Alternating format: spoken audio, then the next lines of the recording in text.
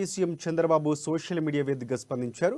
విజయదశమి పర్వదినం సందర్భంగా దేశ విదేశాల్లో ఉన్న తెలుగు ప్రజలకు శుభాకాంక్షలంటూ ఒక పోస్ట్ చేశారు. ప్రజలంతా సుఖశాంతులతో వర్ధిల్లేలా చూడాలని ఆ కనకదుర్గమ్మ తల్లిని వేడుకున్నట్లు తెలిపారు బాబు. చెడుపై మంచి సాధించిన విజయానికి ప్రతీకగా దసరా పండుగ నిర్వహించుకుంటామని అన్నారు. ఈ పండుగ మన జీవితాల్లో కొత్త వెలుగులు నింపాలని ఆకాంక్షిస్తున్నానని, దుష్ట సంహారం తర్వాత శాంతి సౌభ్రాతృత్వంలో అందరూ కలిసిమెలిసి జీవించాలన్నదే దసరా పండుగ సందేశమని చంద్రబాబు తెలిపారు.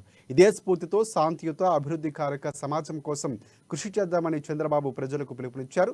శక్తి ఆరాధనకు ప్రాధాన్యతనిచ్చే ఈ పండుగ దినాల్లో అమ్మవారి దివ్య మంగళ రూపాన్ని 9 అవతారాల్లో దర్శించుకుందామని వివరించారు చంద్రబాబు.